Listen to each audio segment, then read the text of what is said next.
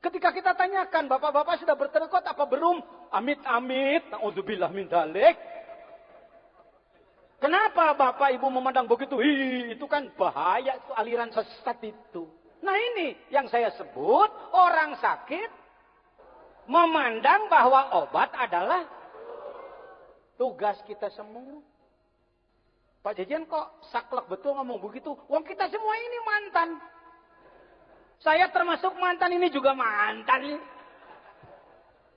Mantan orang yang sakit dan memandang bahwa obat adalah racun. Kalaupun diberitahu bahwa ini obat, iya. Tapi menggunakannya nggak mau pakai cara. Yang seharusnya itu jamu-jamu diseduh diminum, ini malah dipurulukeun kana mata. Yang seharusnya obat gosok, malah dikucurin ke telinga. Yang seharusnya salep obat luar, malah ditelan. Kira-kira hasilnya penyembuhan apa makin berpenyakit? Bayangkan, kalau tidak ada Suryalaya. Pak Jejen bukannya Suryalaya, perguruan tarekat di mana-mana. Iya, saya tahu. Karena saya Rois Jamiah Ahli Thariqah Al-Mutabarak An-Nahdiyah yang mengurusi semua thariqat-thariqat, khususnya di Jawa Barat dan di negara kita. Dengan hormat, saya sendiri sudah belajar kurang lebih 7 thariqah kepada 7 guru-guru saya. Kenapa kok Pak Jejen kelihatannya kentalnya di Suryalaya? Saya tidak putus dengan yang lain, tidak putus. Tidak, dadah, bye-bye. Situ mantan guru, ini guru saya yang sekarang. Tidak begitu. Itu urusan kalbu itu. Urusan roh itu. Saya masih tetap menganggap Kiai Anu guru saya, Kiai Anu guru saya. Tetapi yang saya serahi roh saya, itu adalah orang yang saya nilai bahwa dia mampu ngurus roh saya. Ada guru yang cuma ngasih la ilaha illallah kepada saya. Kalimatnya sama la ilaha illallah. Tetapi bobotnya jadi wiridan baca-bacaan. Kalau saya mengucapkan targetnya cari pahala.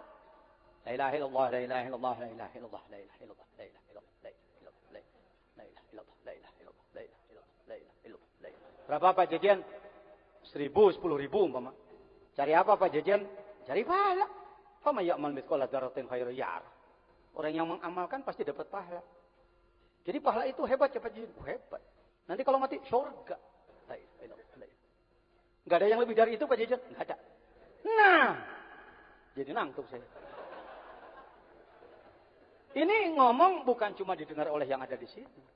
Direkam, diinayah, disebarkan melalui radio. Bahkan melalui internet. Ke seluruh dunia. Kegiatan di Suryalaya didakwakan ke seluruh dunia. Maka hati-hati bicara. Tadi anak-anak kita, kader-kader kita itu berbobot. Dalil-dalil yang lengkap, penyampaian yang fasihat. Itu layak dikonsumsi dunia. Nak. Sudah. Baik hadirin. Jempling aja. Oh, dikira pengajian di sini. Ini pengajian internasional, Pak. Jangan sebut pengajian di Lowong. Dekat Citanduy, Bonjeng-jeng. Jadi yang selalu disebut internasional harus di ibu kota. Tidak harus. Baik. Paham? Apa? Obat. Karena saya belajar di beberapa guru lain yang dicarinya pahala. Dan bicara pahala itu Qur'ani, syar'i. Didukung oleh dalil Quran, dibolehkan oleh Rasul. Rasul selalu bicara dari dulu, saudara-saudaraku, kalau kamu jihad fisabilillah, maka kamu akan masuk surga. Bidadari menunggumu. Hadirin, kata sahabat, Allahu Akbar. Mau darain jadi. Neangan nugelis di Mekah rese, mending wedadari. Pemajikan waya bau kelek. Pemajikan ayan. Hebat Rasulullah itu memotivasi ya. Itu kalau ibadah targetnya pahala. Kalau dapat pahala dari Allah itu hebat. Qur'ani. Dan ini yang mendominasi pemikiran mayoritas umat Islam dunia. Bukan hanya masyarakat, bahkan ulama sarjana. Sawab. Pahala. Jadi Pak Jejen nggak boleh pengen pahala. Di tahap pengen pahala, harus pengen pahala dulu. Sebab dialah pembangkit untuk amal. Kenapa kamu beramal? Supaya dapat pahala. Jadi kalau nggak ada pahala, nggak amal. Oh, di kelas itu, ayo ngomong pahala terus.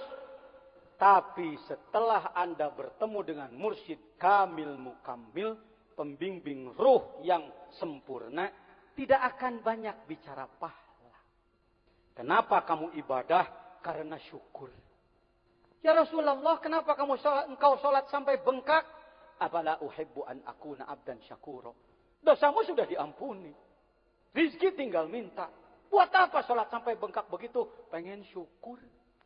Tah bager bisa hayangnya holewih nasuria layate di dinya. Numadak nukieu nyepotnya di surya layak. Sebab sadeh dituan pahala. Bahkan di dalam kitab Anwarul Qudsiyah yang saya dihadiahi oleh pengesabah melalui tangan beliau. Bagi saya, fotokopi Anwarul Qudsiyah dari beliau adalah sejarah. Kalau sekarang di PWNU Jawa Barat, ada manakiban setiap Sabtu akhir. Sedangkan dulu, kurang lebih 30 tahun, ulama Nahdlatul Ulama Jawa Barat adalah paling kebanyakan benci torikot, benci suryalaya. Sekarang justru sebaliknya setiap hari Sabtu Anda mendengar gema zikrullah. La ilaha illallah. Ada yang bergumam, waduh PWNU dikuasai suryalaya ya. Ada yang bergumam. Ya silakan lah. Ini antara lain karomah pangersa abah dari Allah melalui kitab yang diberikan melalui tangan beliau kepada saya. Saya di Pekalongan waktu muktamar Jamiah Thoriqah memberikan jawaban tentang Robito. Cerita dulu sedikit.